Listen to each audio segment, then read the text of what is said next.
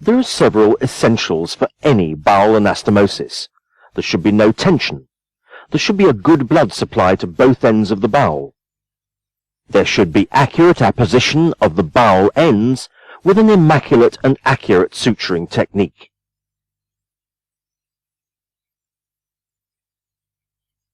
We are now going to demonstrate an end-to-end anastomosis that might follow resection of a lesion such as this.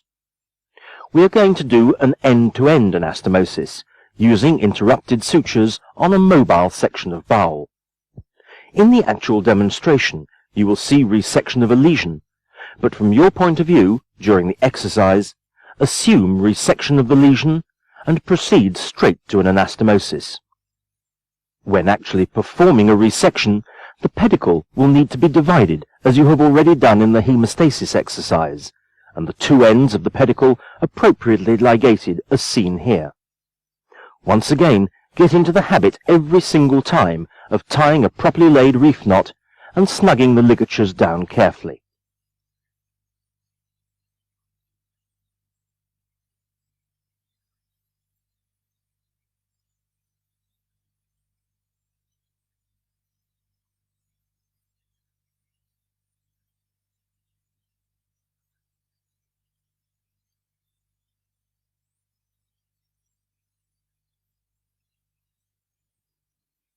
The pedicle on the actual mesentery base is the most important one, because if this ligature were to slip, this would lead to significant hemorrhage.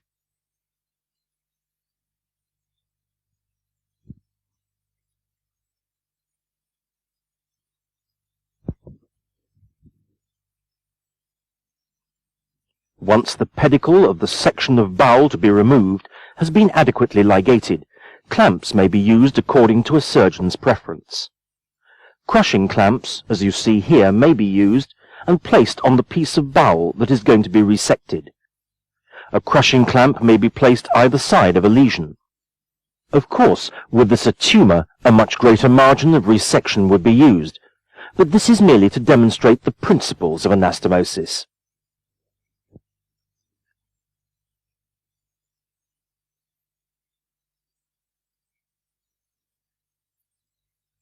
A soft, non-crushing clamp may be placed upon the bowel to be anastomosed.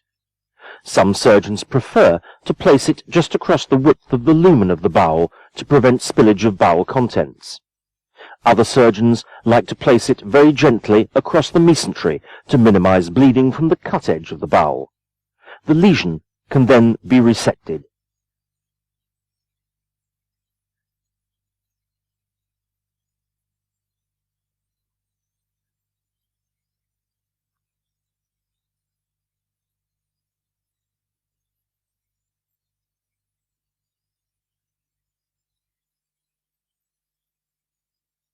Once the bowel has been divided and the lesion removed, we're left with the task of an end-to-end anastomosis of the two remaining bowel ends. For this anastomosis, we're going to use an interrupted extramucosal suture. We therefore start the anastomosis at the mesenteric border. Insert a suture right in the mesenteric angle of the bowel in an extramucosal manner, and then across to the other loop of bowel, again inserting the suture in an extramucosal manner.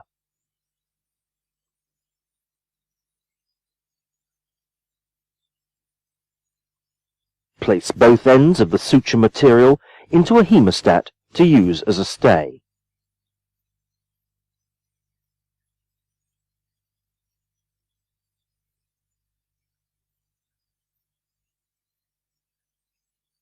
Then, for stability, insert a similar stay on the antimesenteric border, taking care to use an extramucosal suture, pulling it through gently and placing it in a hemostat.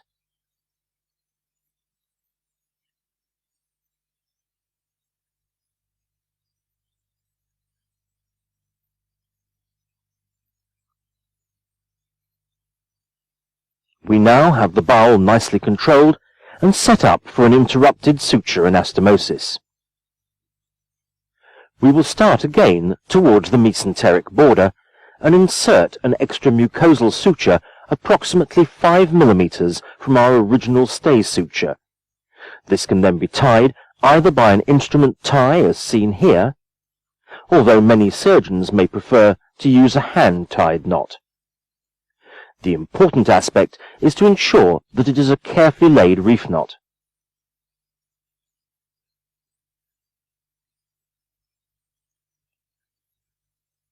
Continue to insert sutures in an extramucosal manner across the anterior wall of the bowel, ligating as you go. Again, each suture should be approximately 5 mm away from its neighbour. It is important to ensure that the knots are not tied too tightly, causing strangulation of the tissues, and yet not so loose that there would be potential for leakage.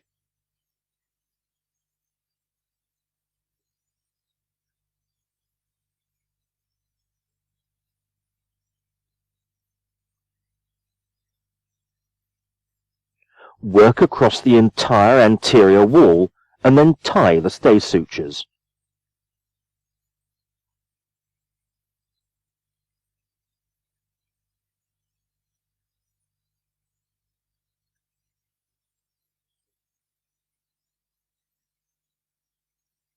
Do not cut the stay sutures, but replace them into the hemostats.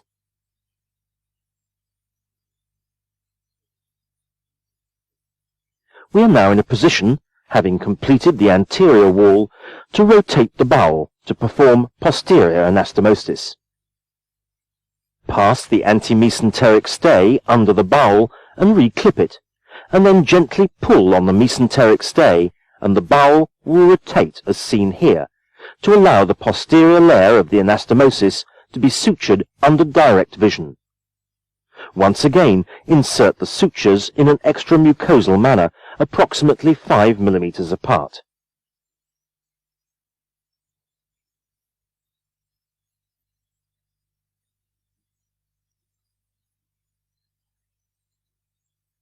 Tie these carefully with a well-laid reef knot, again either using an instrument tie or a hand tie.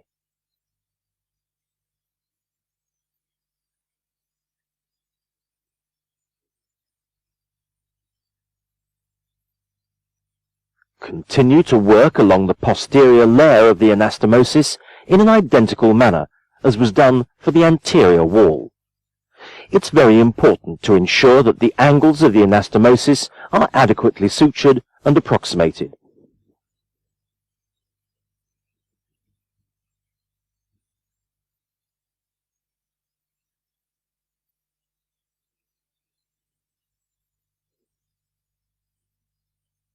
Once the entire posterior layer of interrupted sutures have been inserted, we're in a position to return the bowel to its normal position.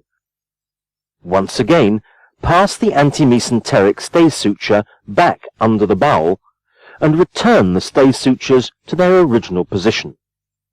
The stays can then be cut. In the operative situation, the mesenteric defect needs to be closed to prevent internal herniation. Remember, it is vital not to catch the vessels lying in the border of the defect.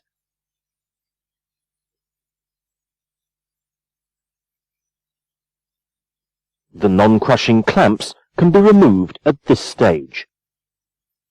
For the purpose of this exercise, we are going to excise the anastomosis to look at it from the inside.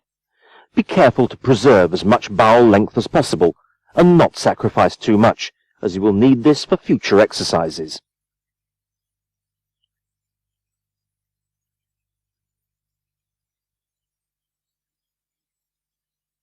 Cut open the bowel, and the minimal amount of suture material should be seen within the lumen if the extramucosal technique has been adequately followed.